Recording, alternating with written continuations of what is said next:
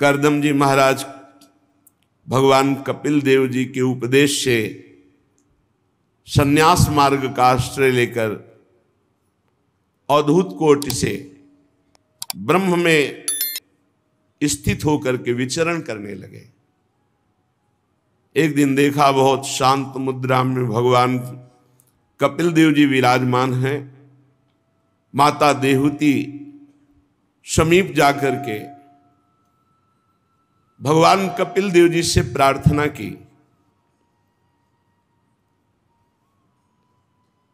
देहूती जी बोली, भगवान आप हमारे उद्धार के लिए पुत्र रूप में आए हैं, पर मैं जानती हूं आप कौन हैं। बस यही खास बात है, हम जानती हैं आप कौन हैं, ये पता होना चाहिए। गुरु प्रसाद से, संत संग से, शास्त्र स्वाध्याय से इतना तो पता होना चाहिए कि मेरे स्वामी कौन है और स्वामी का प्रताप क्या है, स्वभाव क्या है, महिमा क्या है, ऐश्वर्य क्या है।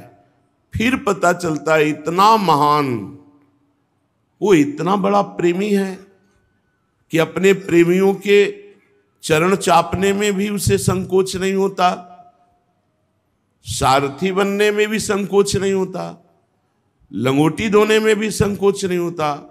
तब हृदय लुट जाता है। इतना महान और इतनी छोटी सेवा के लिए स्वयं भक्तों की परिचर्या करना। हे भूमन, ये दुष्ट इंद्रियां विषयों में भोगते भोगते इतना लंबा समय हो गया, ये ऊब ही नहीं रही। पर मैं ऊब गई हूं अब इंद्रियों को छूट देते देते।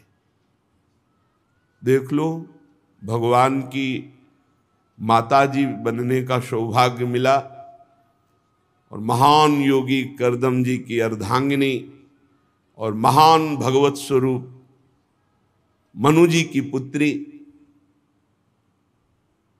और इनको जो वैभव भोग मिला वो देवराज इंद्र के पास भी नहीं है, क्योंकि ये योग शक्ति के द्वारा प्राप्त भोगों को भोगा। कह रहे मैं ऊब गई, पर ये इंद्रियां दुष्ट कभी नहीं उबती। ये अनुभव लीजिए। अब मोड़ना होगा इंद्रियों को, जबरदस्ती हटाना होगा। हमको जो मन सलाह देता है कि भोग लो, तुम्हारे अनुभव में आ जाएगा कि कैसा सुख है, फिर मन हटा लेंगे, फिर इंद्रियां हटा लेंगे। बहुत बेईमान है ये, इसकी ऐसी चाल में मत फंसना। कोई बात नहीं, भगवान तो मिल ही जाएंगे, कृपा सिंधु हैं। अब ये भोग सामने उपस्थित है, भोग लेते हैं। बहुत बुरा फंस जाओगे। विषय चुगा जिन चुगय मन, चुगत कछुक सुख होए, फिर फांसी ऐसी लगे तेषम दुख ना हो। मान लो, पक्षियों को दाना दिखाई देता है, जाल नहीं। ऐसे भोगी पुरुष को भोग सुख दिखाई देता है, उसका बंधन नहीं। महापुरुषों को बंधन दिखाई देता है, भोग सुख नहीं। इंद्रियों को चाहे जितना भोग दे दो, पूरे जीवन भर ये कभी तृप्त नहीं हो सकती, ऐसी दुष्ट हैं ये। ज्यों का त्यों वैसे नवीन उत्साह रखती भोग भोगने के लिए। धिक्कार है। किसी का ज्ञान काम नहीं करता, भगवान की ऐसी बलवती माया है। वह एक बात काम करता है, शास्त्र आज्ञा का कभी भी उल्लंघन जो नहीं करता वो कभी भी माया में नहीं फंसता। शास्त्र संत गुरुदेव की आज्ञा में जो रहता है वो कभी माया में नहीं फंसता। और जो अपने को ज्ञानी और समर्थ समझकर थोड़ा भी उल्लंघन करेगा, फौरन फंसा लेगी माया। एक शब्द भी गुरुदेव की आज्ञा का उल्लंघन हुआ तो उतना ही माया फंसा लेगी। एक शब्द भी शास्त्र की आज्ञा का उल्लंघन हुआ तो उतना ही फंस जाओगे। जिसको माया मुक्त होना है तो अक्षरशः शास्त्र आज्ञा का पालन करो, नहीं फंस जाओगे। इंद्रियां बड़ी बलवान हैं, प्रमथन स्वभाव की हैं, वैसे ही बलवान उनका नेता मिल गया मन। तो 5 ज्ञानेंद्रियां और मन, ये मनमानी करके जीव को बार बार त्रास दे रहे, बंधन में डाल रहे, बार बार आवागमन के चक्र में डाल देते। होश में उठो, सच्ची कह रहे हैं, अभी आप समझ नहीं पा रहे। बहुत दुष्ट है मन और इंद्रियां, इनके दुलार में फंस करके बहुत नीचा देखना पड़ता है और बहुत नीच गतियों को प्राप्त होना पड़ता है। एक जेलर आए थे बड़ी जेल के, वो कह रहे थे हमारे जेल में बहुत से ऐसे कैदी जो चिल्ला चिल्ला के रोते हैं कि हमसे मन और इंद्रियों ने ऐसा पाप करा लिया, मैं कभी नहीं करूंगा अगर एक बार मुझे छोड़ दिया जाए। बोले हमारे अधिकार में तो है नहीं कि छोड़ दूं, सजा हो चुकी। तो बोले उनको कैसे समझाऊं जो रो रो के दिन व्यतीत करते हैं। विचार कीजिए, मन और इंद्रियों ने ऐसी गलती करवा, कोई मित्र नहीं, कोई प्यार करने वाला नहीं। अगर तुम्हें लगता है कि विश्व में हमें कोई प्यार करता है तो धोखा। आखिरी में देख लेना, शब्द है हमारा, हम रहे ना रहे, शब्द तो अविनाशी है, पकड़ लो। कोई किसी को प्यार नहीं करता। अगर आप ये मानते हैं कि मुझे वो प्यार करता है तो अपनी वासना की पूर्ति के लिए आपको प्यार करता है, नहीं धज्जियां उड़ा देगा, तुम्हारी धज्जियां उड़ा देगा, रोगे, पैर पकड़ोगे, फिर भी तुम्हें कोई क्षमा नहीं करेगा। इसलिए भूल से भी मन और इंद्रियों की प्रेरणा से ऐसा कार्य मत कर देना जिससे जिंदगी बर्बाद हो जाए। ये बर्बाद कर देती है जिंदगी, इंद्रिया, मन। बड़ी मीठी मुस्कान से, मधुरता पूर्वक, पूर्ण समर्पण, ऐसा लगेगा कि भगवान ने हमारी साधना का फल दिया है, ऐसे माया आती है।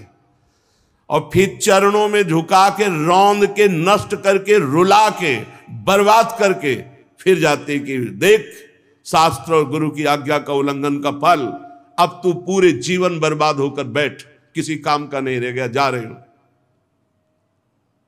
ये बात नोट कर लो।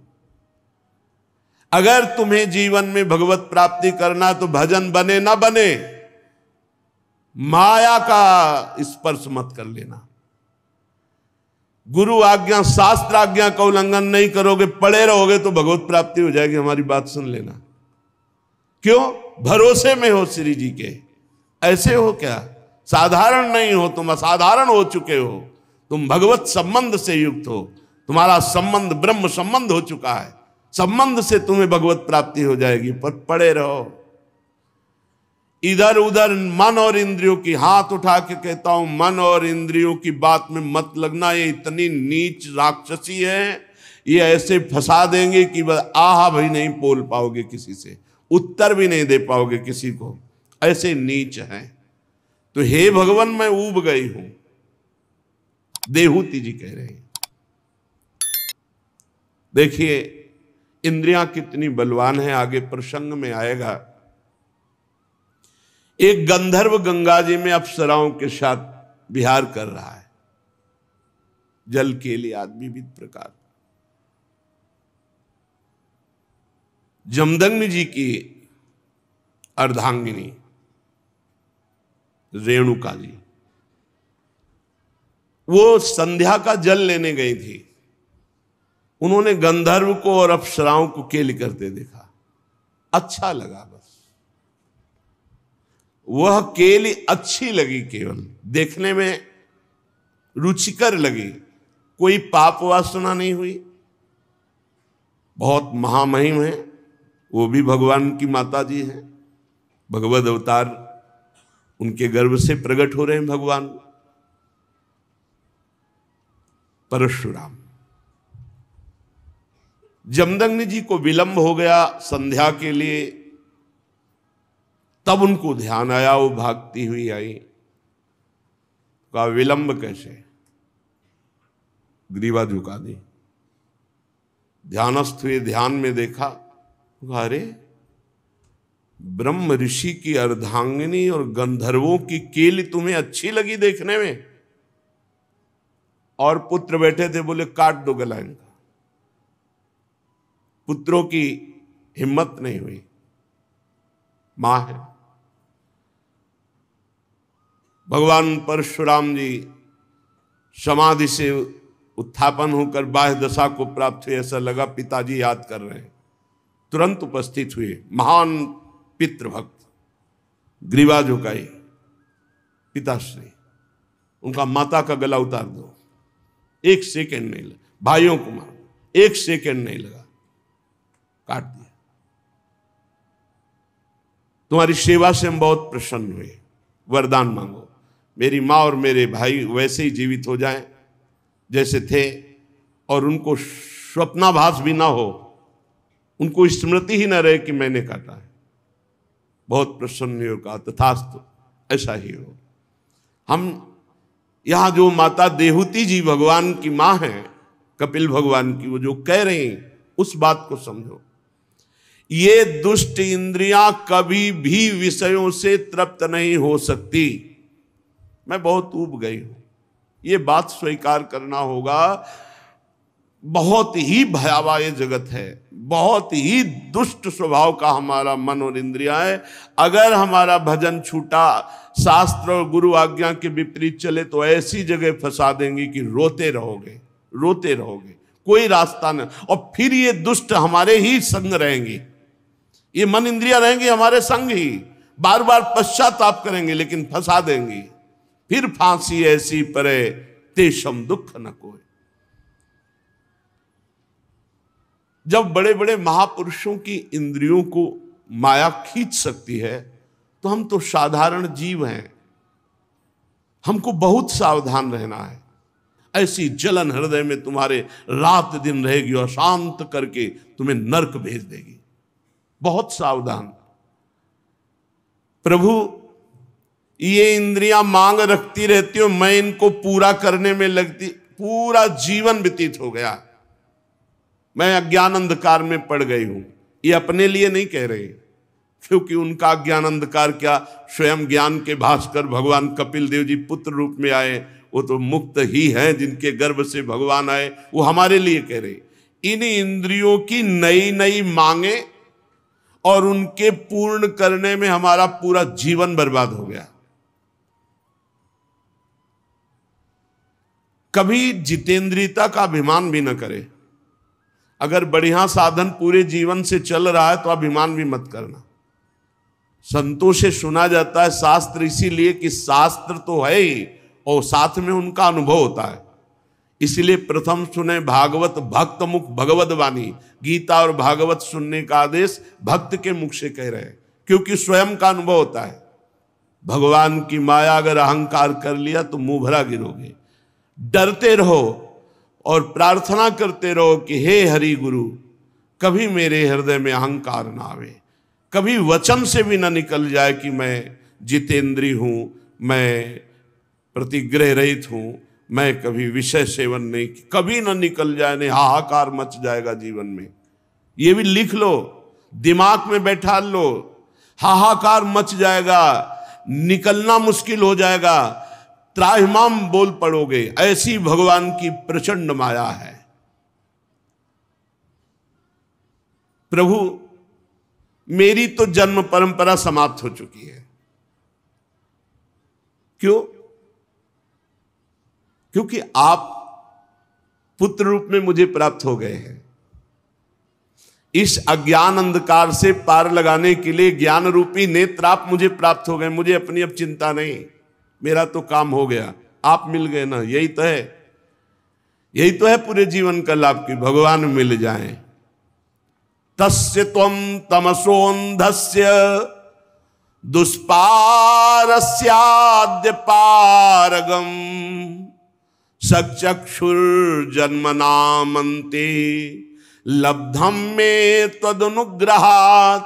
आपके अनुग्रह से मैं तो पार हो चुकी, क्योंकि अज्ञान अंधकार से पार करने के लिए आप ज्ञान रूपी चक्षु मुझे प्राप्त हो गए पुत्र रूप में। स्वामिन,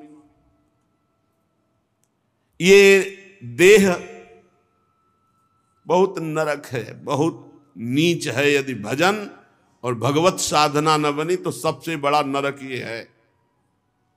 ये कष्ट वो कष्ट, ये चाह वो चाह, ये नरक। अगर इससे सत्कर्म बना, परोपकार बना, सदाचरण बने, भगवत आराधना बनी तो धन्य है मानव जीवन। और अगर गंदे आचरण, गंदे विचार और गंदगी शरीर, तो नरक नहीं और क्या है। इसको महान माने हुए हम बैठे हैं। यदि ये भगवत सन्मुख है, भगवत आचरण हो रहे, परहित हो रहा, तो धन्य है। धन्य धन्य धन्य तेई जे इनके उपासी। जो प्रिया प्रीतम के उपासी वही धन्य, जो प्रभु के उपासी वही धन्य मनुष्य जीवन। नहीं तो नरक समझो, नरक। त्राहिमाम शरणागत रक्षक भगवान सबकी बुद्धि को शुद्ध करें, अपनी तरफ आकर्षित करें। नहीं तो प्रचंड माया, मरने जा रहे हैं, वृद्ध हैं, फिर भी वासना का अंत नहीं। क्यों? जीवन में भजन नहीं किया। गंदी से गंदी घृणित बातें दिमाग में, घृणित वही आचरण, घृणित वही विषय। प्रभु ये देह, इसमें जो अहंकार हो गया है कि मैं हूं,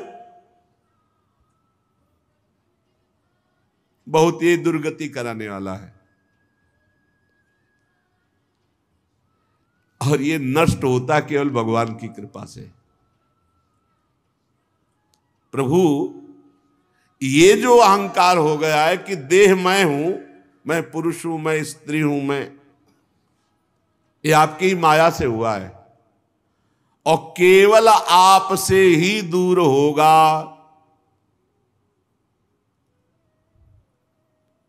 त्वया, आपके द्वारा। यो ग्रहो हम ममेति ते तस्मिन योजितस्त्वया। ये जो हो गया है कि मैं स्त्री हूं, मैं पुरुष हूं, इस शरीर में मैं भाव हो गया है, ये आपकी माया के द्वारा कराया हुआ है। और आपसे ही हटेगा, सिर्फ आपसे हटेगा। मामेव ये प्रपद्यन्ते माया में ताम तरन्ति ते। बहुत आराम से समझना है। हम फंसे हैं, इन्हीं के फंसाए। खुल के बोल रहे हैं। सुन लो प्रभु वृंदावनाधीश्वर, सुनाई दे रहा होगा, माइक से कह रहे हैं आप। इन्हीं के फंसाए फंसे हैं और इन्हीं के छुड़ाए छुड़ेगा। हम चाहे हाथ पैर जितना मान ले। गोस्वामी जी कह रहे मेरे बनाए ना बनेगी कोटि कल्प लो, आपके बनाए बनेगी पल पाव में। बहुत गुरु हैं, बहुत गुरु हैं। इन्हीं को पकड़ो। दूसरे के पास रिंच नहीं है। जिस बोल्ट से बंध गए हो उसकी रिंच ब्रह्मा के पास भी नहीं। रिंच है उन्हीं के पास, खुलोगे उन्हीं से। जिसने बांधा वही छोड़ेगा। किसने बांधा? बोले यो यो अवग्रहो हम ममेति ते तस्मिन योजितस्त्वया त्वमर्हसि। आपने ही अपनी माया से मुझे बांधा और आप ही अपनी भक्ति और कृपा से मुझे छोड़ोगे। माता देवहूति जी कह, बढ़िया बात है। बहुत सुलझ के अगर हम ये सुनेंगे तो बहुत आनंद आ जाएगा। बंधे हम कहां हैं?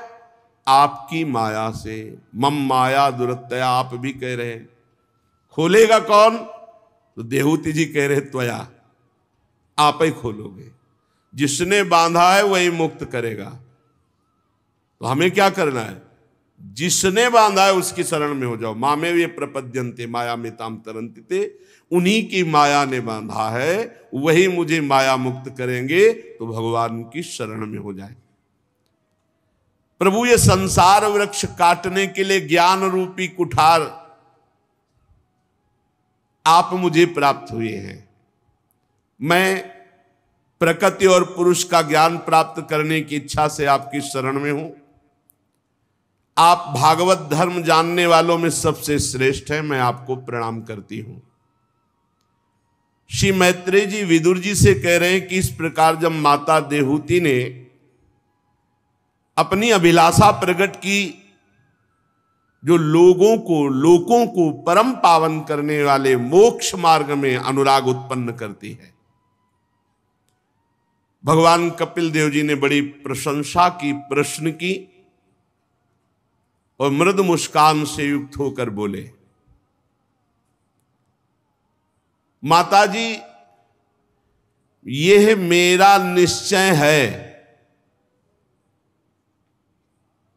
चिंता शोक भय दुख विषाद जन्म मृत्यु, इससे मुक्त होने का एकमात्र उपाय अध्यात्म मार्ग है, दूसरा नहीं है। माताजी ये मेरा निश्चित मत है, आनंदित होने के लिए, परम सुखी होने के लिए, चिंता भय शोक जन्म मृत्यु मिटाने के लिए एकमात्र अध्यात्म मार्ग है, अध्यात्म मार्ग।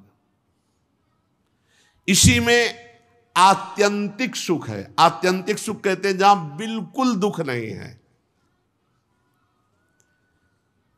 जहां ये लौकिक न दुख है न सुख है, अखंड आनंद। हे मां, सब अंगों से संपन्न उस योग का मैंने पहले नारद आदि ऋषियों के सामने वर्णन किया। अब आपने इच्छा प्रकट की है तो मैं आपको सुना रहा हूं। चेतः खलवश्य बंधाय मुक्तये चात्मनो मतम गुणेषु सक्तम बंधाय रतम वा पुंस्य मुक्तये। माताजी, जीव के बंधन का कारण क्या है? मन। और मोक्ष का कारण क्या है? यही मन। बहुत ध्यान देने योग्य बात है। हमारे बंधन और मोक्ष का कारण क्या है? मन। तो दोनों बंधन और मोक्ष का कारण मन है, तो हम कैसे जाने कि कौन सा मन बंधन का कारण है, कौन सा मन मोक्ष का कारण है? तो जो भगवान को भूल करके विषयों का चिंतन करता है वह मन बंधन का कारण है, और जो विषयों से बैरागी होकर भगवान का चिंतन करता है वह मन मोक्ष का कारण है। खुली बात। जिसका मन भगवान का चिंतन करता है वो मुक्त है। जो भगवान से विमुख होकर संसार का चिंतन करता है वो बंधा हुआ मन है। माताजी, अहम ममाभिमानोत्थैः काम लोभादिभिर्मलैः वीतम यदा मनः शुद्ध मदुःख मसुखम समम तदा पुरुष आत्मानं केवलम प्रकृते परम निरंतरम स्वयं ज्योतिर्मानमखंडितम।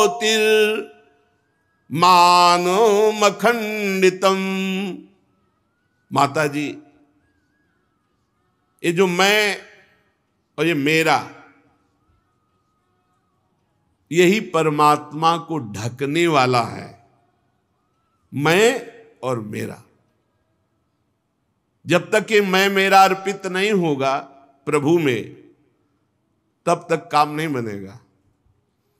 मैं और मैं मेरेपन में कितने बड़े दोष हैं? बोले काम क्रोध लोभ अहंकार ईर्ष्या द्वेष, बहुत दोष ही दोष। किसमें? मैं और मेरे में।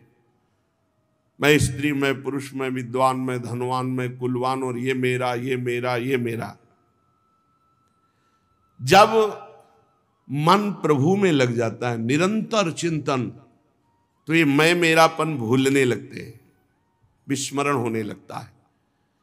और जहां मैं मेरापन छूटा कि सारे विकार नष्ट हुए और वो स्वयं मुक्तता का अनुभव करने लगता है। वो सुख दुख से छूटकर सम अवस्था को प्राप्त हो जाता है। निरंतरम स्वयं ज्योति रणिमान मखंडितम।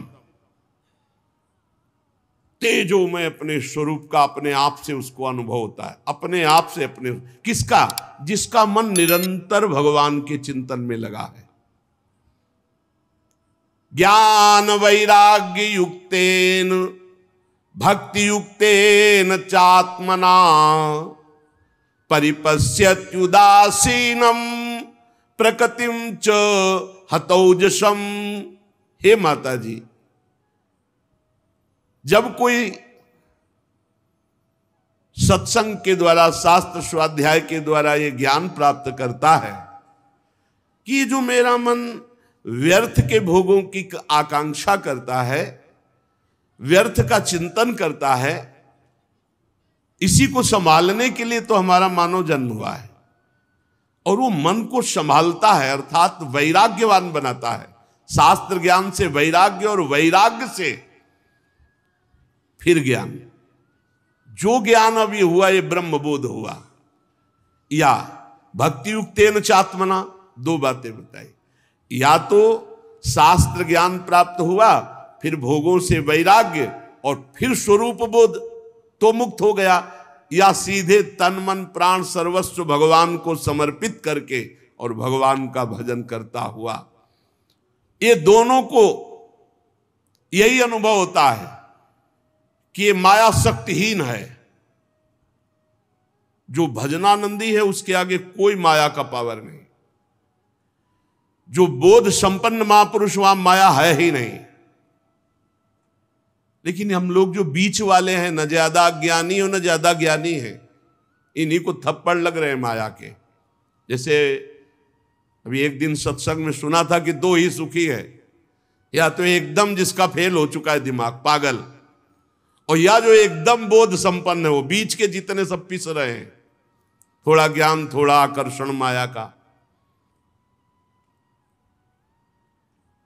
जो भगवत प्राप्ति के निमित्त भक्ति करता है, भक्ति युक्तेन चात्मना, तो क्या और कारणों के लिए भी भक्ति होती है क्या? हाँ, जैसे माला चलाया जाता है तो एक भजन के लिए भी माला चलाया जाता है, और एक दूसरे के नाश के लिए भी चलाया जाता है। मारण, मोहन, वशीकरण, उच्चाटन, बहुत तरह की भजन वृत्तियां हैं। हाँ, ऐसी वृत्तियां हैं। भजन का बड़ा प्रभाव है। अगर तामसिक मंत्रों का प्रयोग कर दे तो मतलब तत्काल मृत्यु हो जाए, अकाल मृत्यु हो जाए। मंत्र बल, अब पर अपना जीवन बर्बाद कर दिया ना, किसी का अहित कर दिया मंत्र बल से।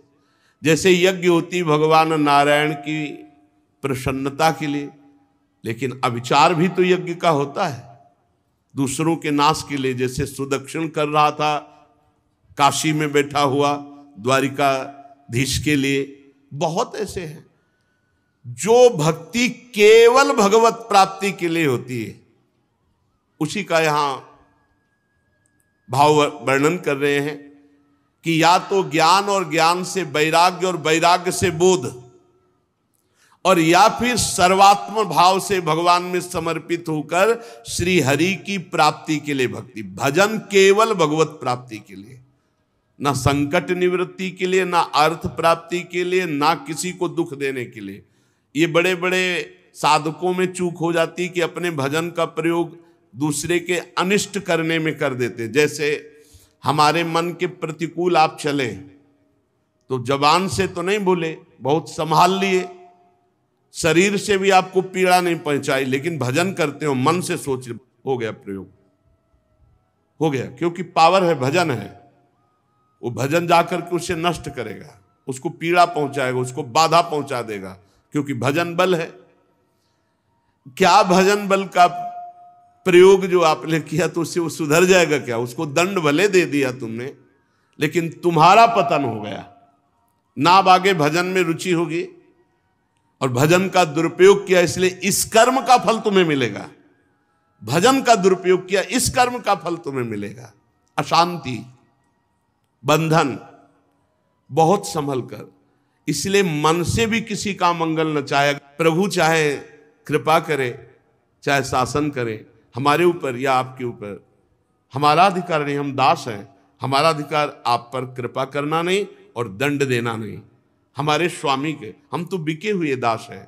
स्वामी चाहे अनुग्रह करे या चाहे निग्रह करे, दंड दे या कृपा करे, स्वामी अपने मंत्र बल से नहीं। इसीलिए आप देखो ब्रजमंडल के जितने सिद्ध महापुरुष मिलेंगे सब बड़े दैन्य मिलेंगे। नीच से नीच पुरुष अपमान कर दे मुस्कुरा के सह जाएंगे। कभी दंड देने की भावना, कभी शासन, कभी चमत्कार। देखो उस महात्मा को सताया, उसका नाश होगा, ऐसा नहीं होगा। हो सकता है उसका और मंगल होना शुरू हो जाए। यही तो हमारे प्रेमी जनों करत जे अनसहन निंदक तीनों पे अनुग्रह कियो। भक्ति का प्रयोग केवल श्री भगवान के लिए हो, अन्य के लिए ना हो। कई बार ऐसा होता है, कोई घबराहट से कोई संकट की परिस्थिति आती है तो लगता है भगवान जो हमने आज पाठ किया वो आपको समर्पित है। देखो अज्ञान, और अभी तक का समर्पित नहीं था क्या, और इससे वो संकट दूर हो जाए। आप नहीं समझते, ऐसा ना करो।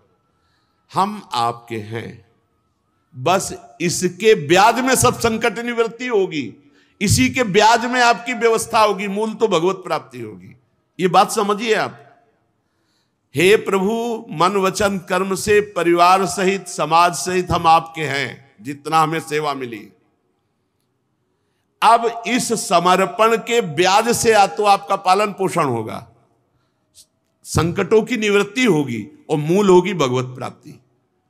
और अगर आप ये छोटे मोटे साधनों को लक्ष्य करके बोलेंगे कि आज चतुरासी जी का पाठ किया, वो आपको समर्पित करते हैं, अमुक कार्य हो जाए, तो कार्य की तुलना के अनुसार जब आपका जप पाठ होगा तो हो तो जाएगा, पर वो भगवत प्राप्ति वाली बात नहीं रह गई। सकामता इसलिए बहुत सावधानी पूर्वक त्याग करनी है। जब हमारे अंदर कोई कामना आवे तो तत्काल सोचना है कि हमारी जिम्मेवारी तो भगवान की है, योगक्षेमम वहाम्यम। तो मेरा साधन कहाँ हुआ? ये जो साधन है तो प्रभु के लिए, मैं तो बिका हुआ दास हूं, मेरा तो कुछ नहीं, मेरे तो सिर्फ प्रभु है। बढ़िया उत्तम भक्ति जागृत हो जाएगी।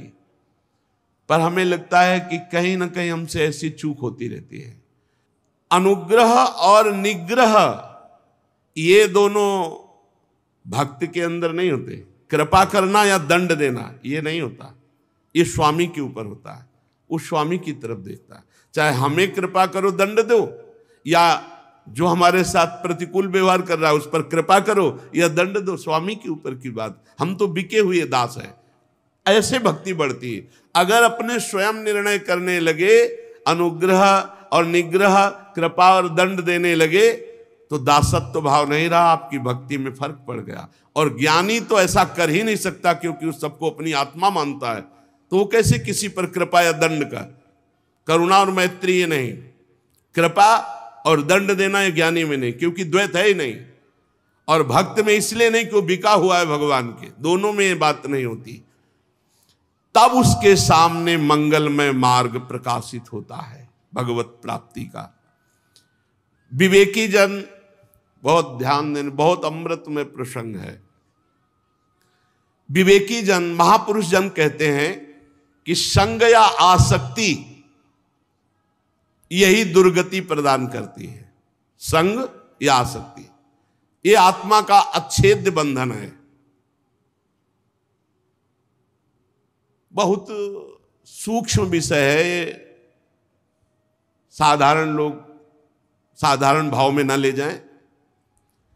पूरा जीवन जब व्यतीत होता है वैराग्य से, फिर कोई थोड़ा भी प्यार करता है तो चिंगारी की तरह कहीं ना कहीं कुछ बकाया रहता है। लगता है मेरा कोई है। बस समझ लीजिए कि ये वो है जो पूरे जीवन के परिणाम में गुणा लगा देने वाला है। बहुत समझ लेना, अगर समझ पाओ ना समझ पाओ तो भगवान कृपा करेंगे, आगे समझा देंगे। जैसे चक्रवर्ती सम्राट ऋषभदेव भगवान के पुत्र, पुत्र पुत्रियां, राजरानी, वैभव, सुख, भोग सब छोड़ा भगवान के लिए।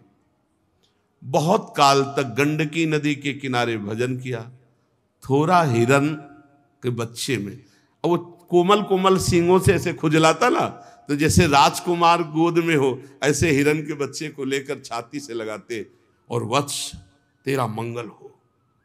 मतलब छुपा हुआ राग पुत्र पुत्री और परिवार का पूरा हिरन पे आ गया, और अगला जन्म हिरन का हो गया। पूरे जीवन में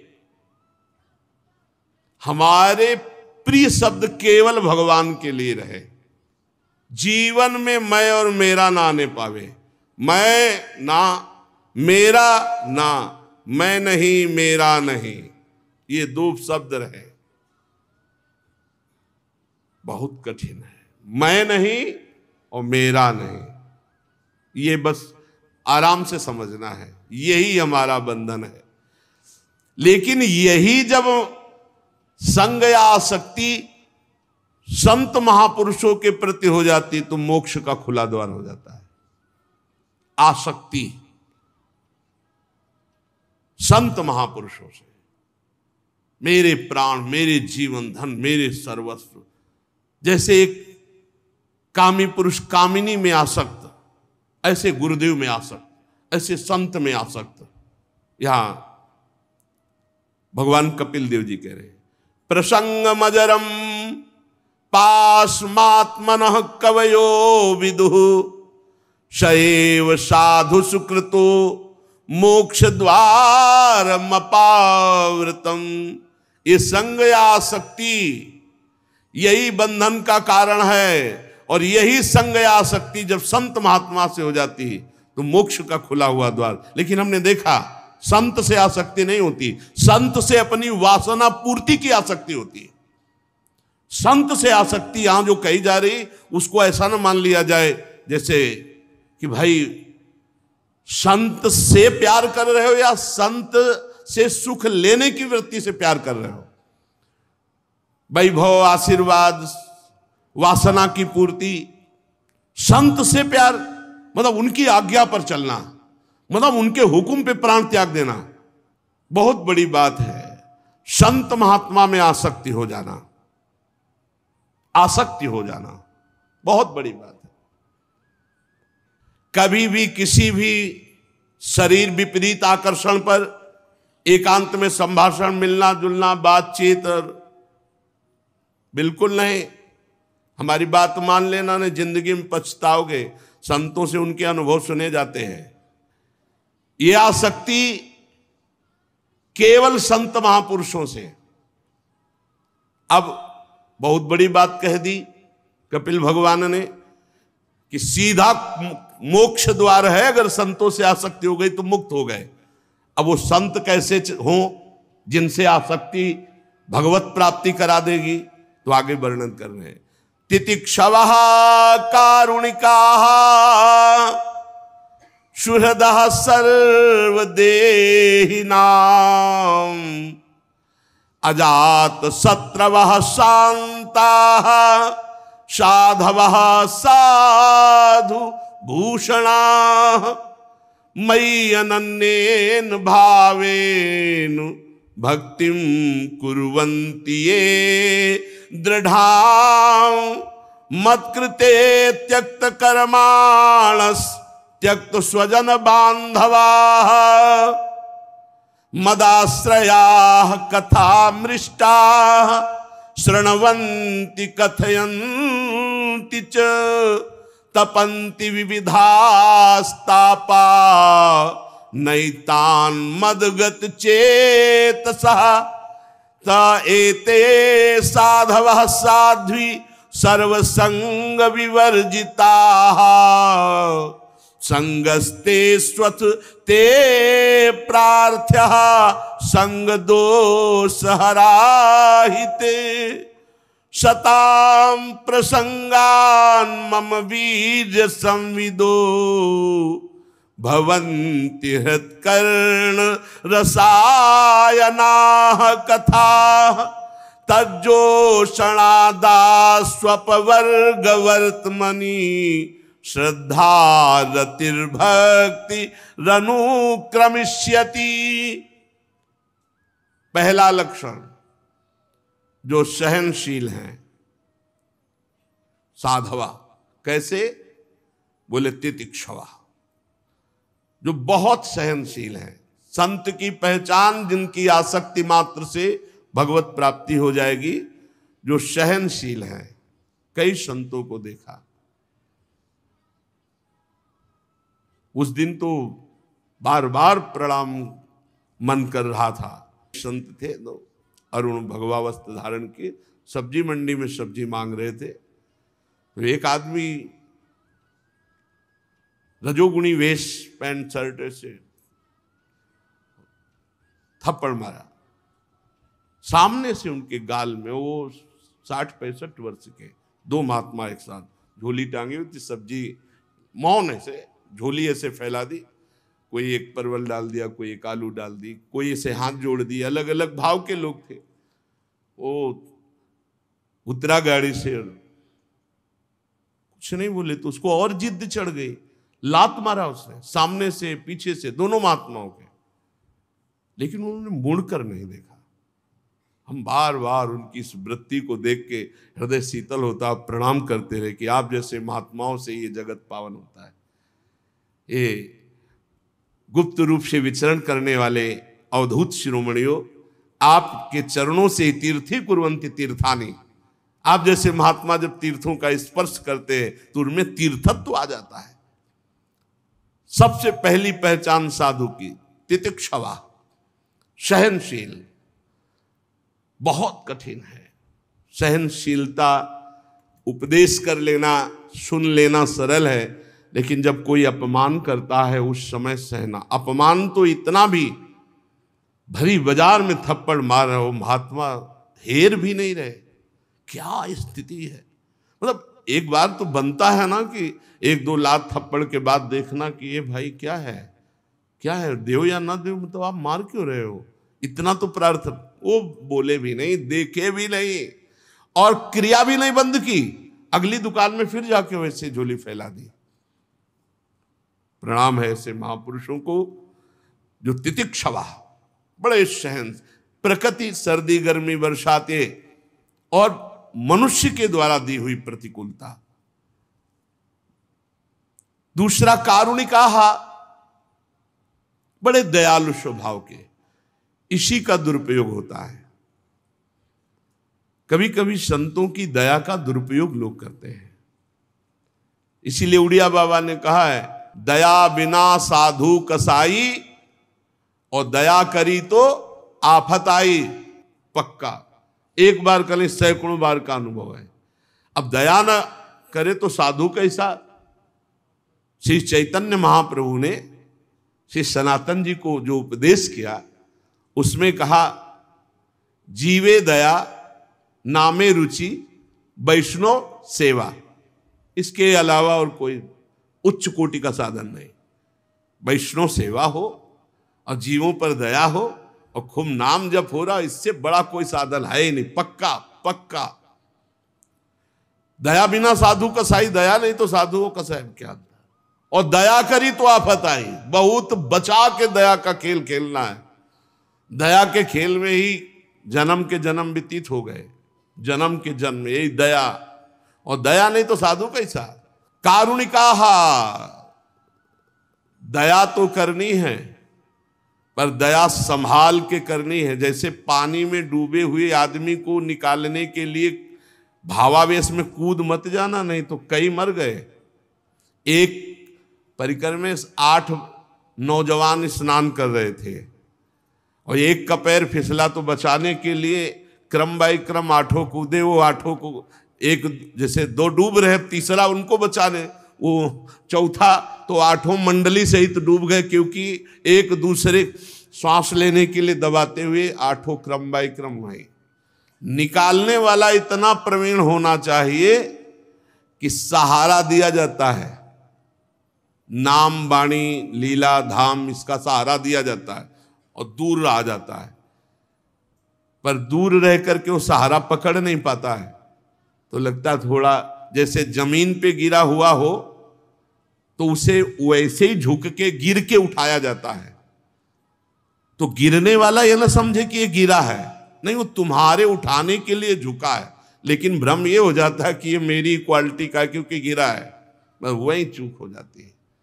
साधु को साधु ना समझ करके अपने समान समझ लिया जाता है तो उनकी दया का दुरुपयोग होता है। कारुणिका, दया तो करनी पर बहुत संभाल के करनी है। ये जीवन भर ध्यान रखो, तुम्हारी भाव में कभी मृदुता ना आने पावे।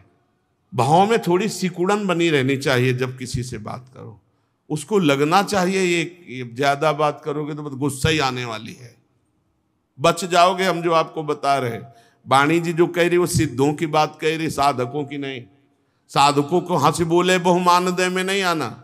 करुणा तब स्थिति जब भगवान तुम्हारे नेत्रों में सामने दिखाई दे रहे हो तब हमें लगता, नहीं तो तब तक चुपचाप साधन में लगो, ज्यादा दया वाले मार्ग में ना जाओ, नहीं तो बहुत ही गड़बड़ हो जाता है। बहुत विचित्र दया है।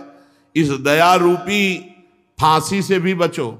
यद्यपि ये साधु का सद्गुण है, साधु का स्वभाव है, साधक का स्वभाव है दया करना, पर फंसा भी देता है बहुत बचा के, बहुत बचा के। तो कह रहे हैं कि संत जिनसे हमारी आसक्ति मात्र से भगवत प्राप्ति हो जाएगी वो तितिक्षवः और कारुणिकाः, दयावान हो। सुहृदा सर्वदेहि नाम, उनका किसी से अपना परायापन नहीं होता, सबके प्रति प्यार होता है। पर जो जितना समर्पित होता है वो उसी प्यार को समझ पाता है। जैसे भगवान कह रहे हैं सब मम प्रिय सब मम उपजाए, सब मेरे प्रिय सब मेरे उपजाए हुए, सब पर मोर बराबर दया। पर जो भगवान का भजन करते हैं, आश्रित है, वही उनकी कृपा और दया को समझ पाते हैं। ऐसे ही भगवान के जो प्रेमी संत जन होते हैं अहेतुकी दयालु होते हैं, पर जो उनकी आज्ञा का पालन करता है, उनके अनुसार चलता है, वही उनकी कृपा और दया का भाजन बनता है। अजात शत्रवः, भगवत प्रेमी महात्माओं का कोई शत्रु नहीं होता। एक बार ढूंढी घाट है, वहां के महाराज जी श्री स्वामी आत्मा प्रकाश जी महाराज, हनुमान जी का ऐसा वैभव है, मतलब विशाल हनुमान जी और विशाल मुकुट, विशाल छत्र और सब स्वर्ण की। तो वहां के आसपास के गांव के ही 5-7 लोग रात्रि में अजात शत्रवा की बात बता रहे, चोरी करने आए। तो हनुमान जी के मंदिर को पीछे से काट लिया, और वो जो स्वर्ण के छत्र और ये सब उठा लिए। अब उठा तो लिए, पर किसी की चाल नहीं, चल नहीं सकता कोई। अब ना रख सकते हो ना कुछ। सिद्ध महापुरुष सिद्ध हनुमान जी वैसे लिए खड़े रहे। रात्रि के 2 बजे गंगा स्नान करने श्री स्वामी आत्मा प्रकाश जी, वहां किसी का प्रवेश नहीं। तो एक बार गंगा जी की प्रणाम करके फिर हनुमान जी तो देखा उधर कुछ, तो शंका हुई, वहां वैसे गए, लगोटी लगाए, देखा, अरे भाई छोड़ दे, सब छोड़ दे, भाग जा, हनुमान जी का अपराध बन। उन लोगों ने बहुत पीटा, स्वामी जी को बहुत पीटा, मतलब वो अपनी जान में मार ही डाले से। स्वामी जी जो गए सो सब रख दिए, पर स्वामी जी को पीटा। अब जब सुबह हुआ, जो नित्य सेवा, वो जब देखा ऐसा सब बड़े बड़े अधिकारी कानपुर के, स्वामी जी आप बता भर दीजिए, थोड़ा सा बता दीजिए। और स्वामी जी को पूरा पता था। स्वामी जी ने कहा हमें कोई पता नहीं, किसने मुझे मारा है, सब कर्मों का भोग है, शरीर का कोई कर्म होगा उसी, बहुत और कृष्ण शरीर तपस्वी। अजात शत्रवः, भगवान के प्रेमी जन, भगवान के संत जन कभी किसी को अपना शत्रु नहीं मानते कि वो तप बल के द्वारा या किसी समाज बल के द्वारा या पदाधिकारी बल के द्वारा उसको दंड दिलवा दे। जिनका शत्रु हुआ ही नहीं सृष्टि में, उसे अजात शत्रु कहते हैं। अपने यहां सेवक वाणी में लिखा है, हरिवंश नाम लीन जे अजात शत्रु ते सदा। जो नाम में निरंतर लीन है उनके हृदय में शत्रुता रहती ही नहीं। पूरे विश्व में उनका कोई दुश्मन नहीं होता, भले उनसे कोई दुश्मनी माने, नहीं होता। अजात शत्रवः। और शांताः, सबसे पहला भाव है अपने यहां शांत भाव। शांत, दास्य, सख्य, वात्सल्य, गोपी भाव, सहचरी भाव, शांत भाव। शांत वही है जो हर स्थिति में शांत रहे। द्वंद्वों में समता ही शांति है। सेवक जी महाराज सेवक वाणी में, शत्रु मित्र सम जानी, मान मान अपमान सम, दुख सुख लाभ न हानि, यह है शांत भाव। शत्रु मित्र में समान भाव, मान अपमान में, निंदा स्तुति में, लाभ हानि में, सुख दुख में शांत, किसी भी स्थिति में अशांति नहीं, शांत किसी भी स्थिति में। बड़ा कठिन बात है, कह तो गए निंदा स्तुति में कुछ नहीं। सामने से जब कोई गाली देता है ना और निंदा करता है ना, फिर हृदय में बिल्कुल कुछ नहीं होना चाहिए।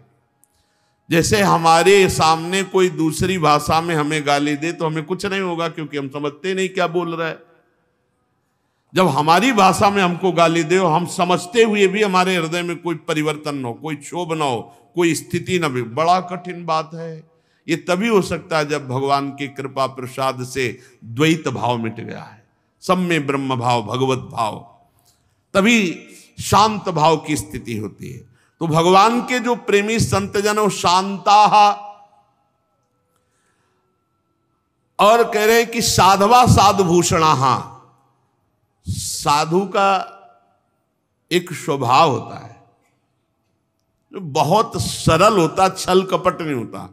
पर छल कपटी लोग उनके स्वभाव को कपट ही समझेंगे। उनका सरल स्वभाव, न मन कुटिलाई, कुटिलता नहीं होती, सरल स्वभाव होता है। साधवा साधुभूषणा, सरल स्वभाव और दूसरों का सम्मान करना, यह संतों में स्वाभाविक स्थिति होती है। सहनशील, दयालु, समस्त देहधारियों के अकारण हितैषी, किसी के प्रति शत्रु भाव न रहना, शांत स्वभाव, सरल स्वभाव, दूसरों का सम्मान देने का स्वभाव। और खास बात,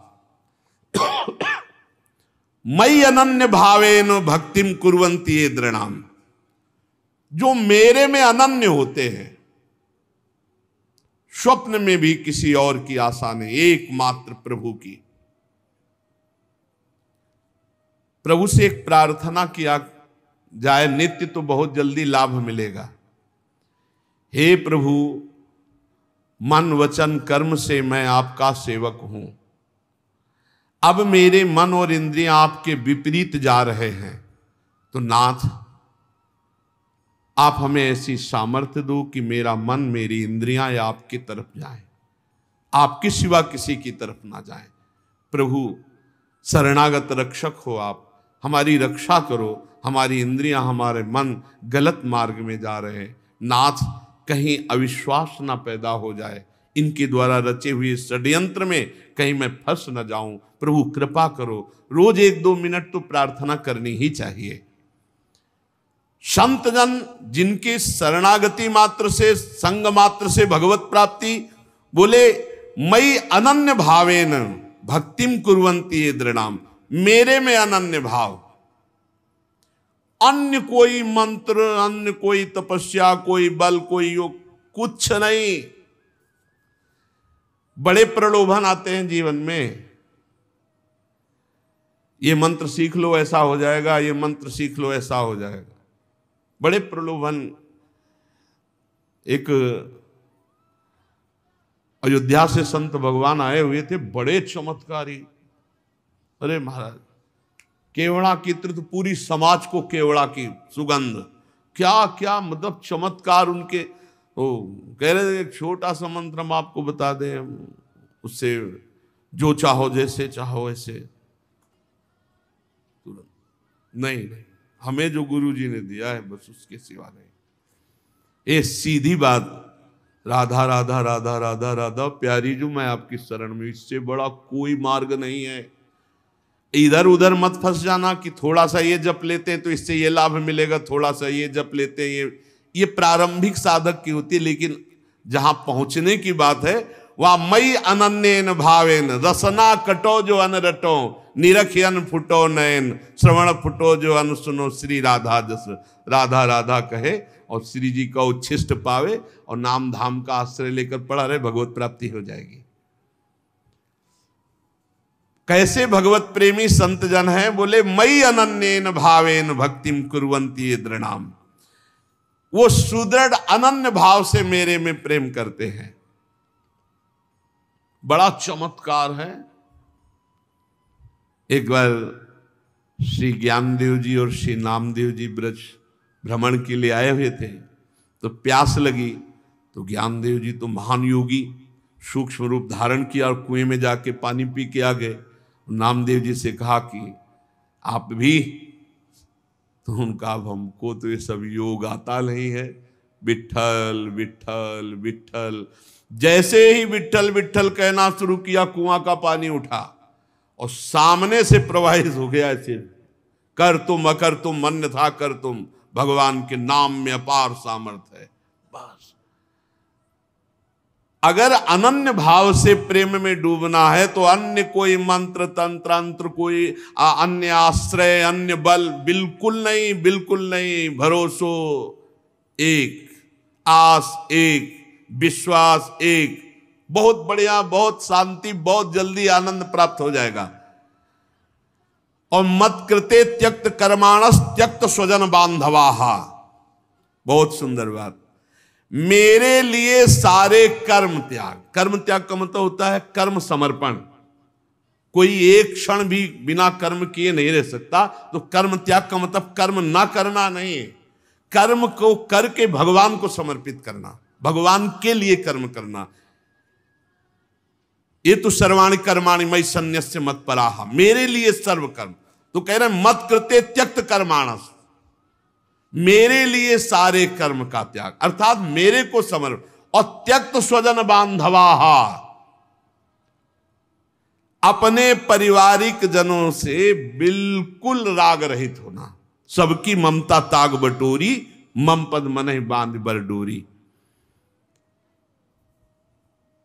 जो अपने सगे संबंधी रिश्ते नाते परिवार मेरे लिए त्याग कर देते हैं, पक्की बात। ये संत संग से पता नहीं चलता, धीरे धीरे ऊंचाई बढ़ जाती है। त्यक्त स्वजन बांधवा, सगे संबंधी रिश्ते नाते जब भगवान के लिए हम समर्पित कर दिए, भगवान कह रहे हैं मत कृते, मेरे लिए त्यक्त स्वजन बांधवा, प्रभु के लिए सब कुछ समर्पित है। बहुत कठिन है, बहुत कठिन। रसिक अनन्य माल में जो भक्तों के चरित्र है बहुत कठिन है। त्यक्त स्वजन बांधवा, मेरा अस्तित्व ही नहीं है। बहुत जोर का भक्तों में जो समर्पण पाया जाता है, बहुत जोर का पाया जाता है। त्यक्त स्वजन बांधवा बहुत कठिन है, बहुत कठिन है। ये अंदर की बात है। इसीलिए भगवान ने गोपी जनों से कहा, जो सगे संबंधियों की बेड़ियों को बड़े बड़े योगी यति नहीं तोड़ पाते, मेरे लिए तुमने उनका त्याग किया, मैं तुम्हारा ऋणी हूं। श्री भगवान गोपी जनों से कहते हैं, आई ब्रजनारी सुनत बंसी रो, गृहपति बंधु बिसारे, दर्शन मदन गोपाल मनोहर, मनसिज ताप निवारे। और मदाश्रयाहा, वो केवल मेरे आश्रित रहते हैं, किसी और का आश्रय नहीं। प्रायः जब कोई पदाधिकारी या बड़े जन आते हैं ना, तो एक कार्ड निकालते हैं और ऐसे देते हैं। ये लोग पूछते क्या है? बोले कभी जरूरत या कभी कुछ भी आपके हम काम आवे तो होता, डाल लो अपनी जेब में, डाल, निकलो बाहर, निकलो, चलो। मदाश्रयाहा। एक बार सदगुरुदेव भगवान से किलजी लिया रहे थे, छोटी कुटिया मोहनलाडली कुंज में जब रहते थे, तो कहा नंबर लिख के दिया। तो कहा महाराज जी, महाराज जी का ये क्या भैया? बोले नंबर है। बोले क्या करेंगे? बोले कभी जरूरत हो तो फोन लगा देना। बोले हाँ, अभी तक जरूरतें आपसे ही पूरी होती। ले चलो, हमसे कहा इसको कभी घुसने मत देना कहा इसको कभी घुसने मत देना यार। मदाश्रया, भगवदाश्रित, अन्य आश्रय नहीं। ये उन संतों के जिनके संग मात्र से भगवत प्राप्ति हो जाएगी। मदाश्रया। और फिर आगे, कथामृष्टाः, आहा, मेरी पवित्र मीठी कथाओं को, अमृतमयी कथाओं को सुनते तो कथा अमृतम तत् हृदय में ऐसी मिठास की और सुनता रहूं भगवत चर्चा। कथामृष्टा शृण्वन्ति, और फिर कथयन्ति च, भगवान की चर्चा करने में एक विशेष जोश आवेश होना चाहिए। चर्चा करते जा रहे तो चर्चा करते, ऐसे देखिए संतजन कि जब चर्चा करना शुरू हो गए तो न समय का ध्यान है न स्थान का ध्यान है। महाराज जी, अच्छा, तो फिर आगे फिर शुरू हो गए, 3-4 बार प्रार्थना करने, अच्छा नहीं तो भगवत आवेश, भगवत चर्चा व्यसन, भगवत चर्चा का व्यसन। कथामृष्टा शृण्वन्ति कथयन्ति च, मेरी कथा श्रवण में और कथन में उनका बड़ा अनुराग होता है संत जनों का। और तपंती विविधास्तापा नैतान मदगत चेतसा, विविध प्रकार के ताप वो मेरे लिए सहते हैं, सर्दी गर्मी भूख प्यास मान अपमान निंदा स्तुति सब मेरे लिए वो सहते हैं। एक संत भगवान को देखा, वो केवल एक बोरा लिए रहते थे ऐसे, और यहां से ऐसे कांच लगाए गमछा पहने रहते थे, बिल्कुल ऐसा लगता था कोई कबाड़ मिलने वाले हैं, बोला रखते ही बोरा इसी थे, और बड़े उच्च कोटि के संत। कई दिन उन पर जब नजर हुई तो उनकी जो वृत्ति देखी तो लगा कि वृत्ति तो भगवदाकार है। तो एक दिन ये जो बर्फ फैक्ट्री के सामने बट वृक्ष है उसके आगे वो ऐसे फुटपाथ में बैठे थे, तो रात्रि में जब भिक्षा मांग कर पाके लौटते थे तब कहीं कोई न कोई महापुरुष मिलते थे, बैठ गए उनके नजदीक, तो बोरा उठाया चल दिया। हमको सुनो सुनो महाराज, थोड़ी देर तो बैठ लो, आप जैसे गुरुजनों संत जनों की कृपा से ही अपने लोग चल पाएंगे। वो आप उठाए बोरा चल दिए महाराज, फिर आगे बढ़े उनके, फिर वो एकांत में जब देखा तो क्या है, कुछ नहीं, बस आपके पास बैठना है, बैठ गए। तुमका ऐसी स्थिति आपको कहां से प्राप्त हुई? उनका श्रीमद् भगवद गीता जी से। आप भिक्षा, बोले अयाचक वृत्ति जो मिल जाए। बोरा में क्या लिए?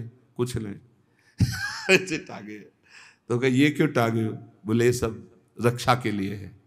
उनको बोरा क्या रक्षा करता है? बोले लोगों के दिमाग में तो आता है ना कि पागल है या तो कबाड़ बटोरता है। एक दिन उनको देखा और पड़े सोच ही सोच, बड़ा कष्ट। जो ही नजदीक गए तो उन्होंने रोक दिया, हम काम कोई औषधि बिल्कुल नहीं। और दूसरे दिन वहां से अंतर ध्यान गायब हो गए। बड़े सहनशील और केवल भगवद आश्रित कई ऐसे महात्माओं के दर्शन हुए। एक महात्मा को देखा, गोरे दाऊ जी हैं, उनके सामने वो लौटते रहते थे, सबकी दंडवत ऐसे लौटते रहते। रात्रि के जब आए तो वर्षा हो रही थी, पेड़ के नीचे भीगे ऐसे खड़े, बस ओठ चल रहे थे। महाराज जी उस समय मदन टेर में रहते हैं, आप कुटिया चलेंगे, वहां थोड़ा कुछ भोग रखा है, आप ले लीजिए। आ गए, उनसे पूछा आपको ऐसी स्थिति कैसे प्राप्त हुई? ये बहुत अंदर जिज्ञासा रहती थी कि हमारा ऐसा अनुमान है कि आपका निरंतर नाम चलता है, आप देह भाव से अतीत, सर्दी और वर्षा हो रही है और आप ऐसे पेड़ के नीचे खड़े रहते हैं, आप किसी, तो आपको ऐसी स्थिति। तो उनका मुझे एक नाम बताया, उनका इस नाम के निरंतर जपने से मुझे ऐसी स्थिति। तो उनका आप सबको प्रणाम करते हैं, थक नहीं जाते? बोले नहीं, जिसको प्यार करता हूँ भगवान सब में दिखाई देते, तो मुझे हर दंडवत में और बल मिलता है, और बल मिलता है। बड़े सुंदर सुंदर वृंदावन धाम है ना, एक से एक दिव्य संतों के दर्शन होते हैं। यहाँ जब भगवान मिलाते हैं वैसे ही भगवान आपके पास से निकल जाएंगे, आप जानोगे नहीं कौन किस कोटि का है, महापुरुष है। भक्त मेरे संसार के तरह तरह के ताप कष्ट मेरे लिए सहते हैं, मेरे लिए सहते हैं। साध्वी ताएते साधवा साध्वी सर्व संग विवर्जिता। ऐसे ऐसे मेरे जो भक्त हैं सर्व संग परित्यागी, वो महापुरुष होते हैं। तुम्हें ऐसे ही संतों के संग करने का भाव रखना चाहिए, क्योंकि उनके संग से सब दोषों का नाश हो जाता है। कभी कभी ऐसा होता है कि तुम्हारे किसी महान दोष को नष्ट करने के लिए वो दोष की लीला करते हैं, लाओ ये खाया जाए, ये खाया जाए, और इतना आपको उस बात से घृणा हो जाएगी, वो ऐसे ढंग से अपनी वस्तु देते हैं कि समझ में नहीं आता।